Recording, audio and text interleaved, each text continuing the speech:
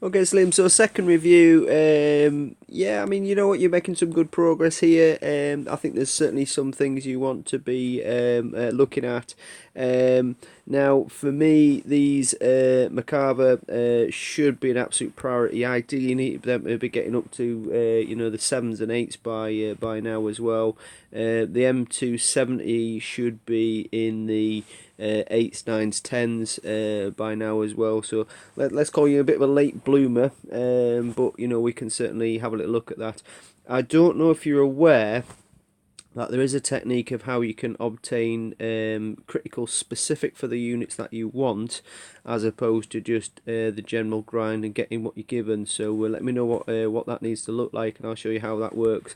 I never know what people already know, if that makes sense. So if I teach you to suck eggs, never a bad thing. But certainly if there's something that I can help you with, that's what I'm here for. That is my primary role, apart from to kick your ass and keep you active and make the team strong. I am here to help people develop. That's certainly what I see myself as in the team. So first things to look at, you've got 16 seconds on the first helicopter, which is fine. But then if you look, 28 seconds and 28 seconds. So if it was me, I'd be upgrading and get a couple of extra hinds in there as well. So a hind, I think is probably more effective. There's not much that's going to trouble a cobra. That's going to be troubled by a cobra, I would suspect, certainly if you've got things like Zeus or snipers. So you need something with a little bit more oomph behind it. Certainly the Hind does that for me. And if you notice as well, I know it's 1.75 million, but upgrading these capacities will give you a stronger defence as well. So regarding troops, obviously Humvees seems to be your thing. Do get that, but I suspect as you're now hitting your 50s in the game that you're probably finding that's just not cutting it. You might be finding that you're having to use either a lot of oil, or you're going to have to be very selective on what targets you choose. So my personal mission for yourself is get this Macava looked at all costs. It's very easy to upgrade it to getting up to sevens and eights. Beyond the eights, nines, tens, I tell you what, gets a bit more tricky, but there's a lot of room, to get that done. I'd also suspect that you're not playing the special event that we get once a week, the Rise La Meurtre, or whatever the French pronunciation is, because you haven't got Zeus unlocked. And I think that would be something that would be of great benefit to you.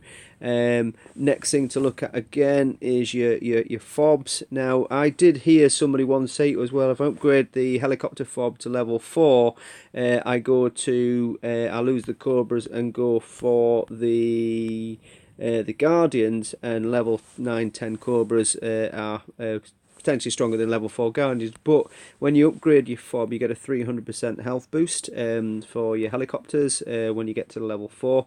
So you will find that as a much stronger fob. And certainly you want to be looking at getting fives really for your fobs at this level. Threes, twos and threes, yeah, they're going to be easy to take out. Fives do pose people a little bit more of a trouble. So when you're going to go into this raid at the weekend, that's something you need to have a look at. Mortarmen, again, you could have a look at that. Force Recon is really good, by the way. If you can get that up to say 6 and get yourself a few Macavas in there as well, you'll probably find before long, because you couldn't probably yet at CC7, but before long you should be able to do that Rise La Meurtre, Rise of La Meurtre. That'll give you Zeus, which is phenomenal for anti-air and long range attack. It's also going to give you sniper crits. Whether you'll want to use snipers at this late stage, certainly stages before, they would have been useful for you. But I mean, the other day I got the Spooky, which is a bit random, but nevertheless I got it. So that rise is quite important, and you get some good crits from that as well. So I would certainly have a little look at that. I haven't got here your air attack, so maybe that's something we have a little look at. But if I can see here, you've certainly got Reapers. And if I go into mine, for example, So I wouldn't waste too much time necessarily on the Avenger. Personally, it is good for the anti-air, but certainly the problem with Reapers and Avengers is that they do circle around an opponent, which means they get picked off quite easily. They don't pose a lot of damage, and to be fair, they do cost quite a bit. So if you get them taken out, it's a lot of oil bill. Now, if you can get Thunderbolts and Raptors, Thunderbolt, you click on a target and it will zoom into that target and basically take that target out. Obviously, it's got to get past flak and things, but ultimately, it's quite destructive. It's in, out, done, dusted. The Raptor is different, even more powerful, but what that particularly does is you can aim at an area. So you don't have to lock onto, say, a building. You could lock onto an area of ground and it will kill things in that immediate area. So add that to your to-do list, and I'll send you a video of how I particularly target my criticals to obviously upgrade, and I've been building away to try and get things like that upgraded. So you can see here, toss, exactly what it says on the name. It is toss, don't bother with it. GMLRS, well, I mean, to be fair, on that last event, one before, I've got the HIMARS when I get to War Factory level 8, so I'm just going to keep with my M270s. So if you have looked at getting the HIMARS in the recent events, then bypass the GLMRS. If you haven't, maybe it's something to look at, but I would concentrate on the M270s first. And I'd be concentrating on the Macabre as well, get that much stronger. If you look at the Macabre for myself, as soon as you get into level 8, you unlock this category here, which means you can either put a machine gun on the front, or you can put a red eye in the front. A red eye is basically the anti-air system, so it's a bit like being able to shoot down helicopters from it, whereas the machine gun I've just equipped there enables me to kind of have like a Zeus, a constant firing attack as I'm ploughing through, which is rather good. So you can see by getting your Mercs upgraded, that becomes a bit more interesting. And same with the M270, you can see here that I've got a secondary weapon on that one, which is the Red Eye missile.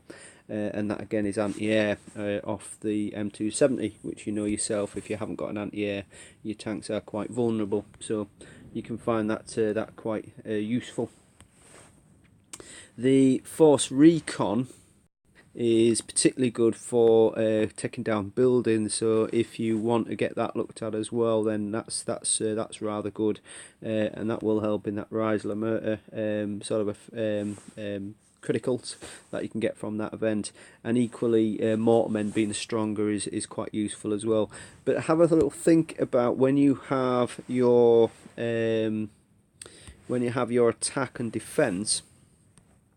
So if I bring on defense, for example, so you can see in defense here, I've got things coming out after 10 seconds, and that's going to give you a whole world of pain. And then I've got things coming out after 6 seconds, and then I've got things coming out at the end. I mean, if I've still got my barracks there, you know, I don't mind waiting for 20 seconds. But the first people that I want to come out fairly quickly.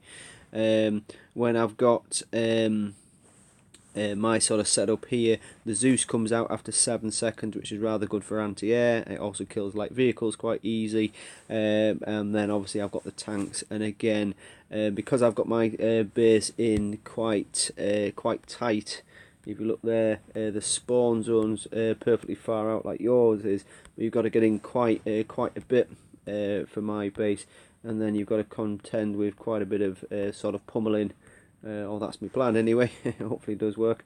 But basically, by the time you get to my base, the chances are things have had a chance to deploy, and then hopefully, unless you're going to airstrike us, but bear in mind I've got 2 flak and a heavy gun, and a couple of machine guns, and 7 seconds before the Zeus comes out, which is a great anti-air. You know, it's not easy to take us out with an airstrike. Certainly, if you do, it'll cost you. So it's all about trying to get everything to overlap, everything to work with each other. I mean, for me, I'm not saying mine's the correct setup, but the fact that my helicopters fly over walls means I can have them outside the base, and the only thing my walls are trying to do is basically trap the soldiers. So when the soldiers come out here, they get trapped inside the walls. They don't actually leach anywhere. Same with the vehicles, they get trapped. So when you take the walls down, if you get up close and personal, then all of a sudden things spill out and hit you in one go. So just a different way of working. Other people say have the turrets away from the walls, because if you hit the wall, then obviously that explodes and takes the turret with it. But I don't mind that sort of gamble. It's certainly working at the moment for us. But you know, keep reviewing things along that sort of line. So just a few top tips for you. I'll send you a couple of other videos as well. Cheers, bro.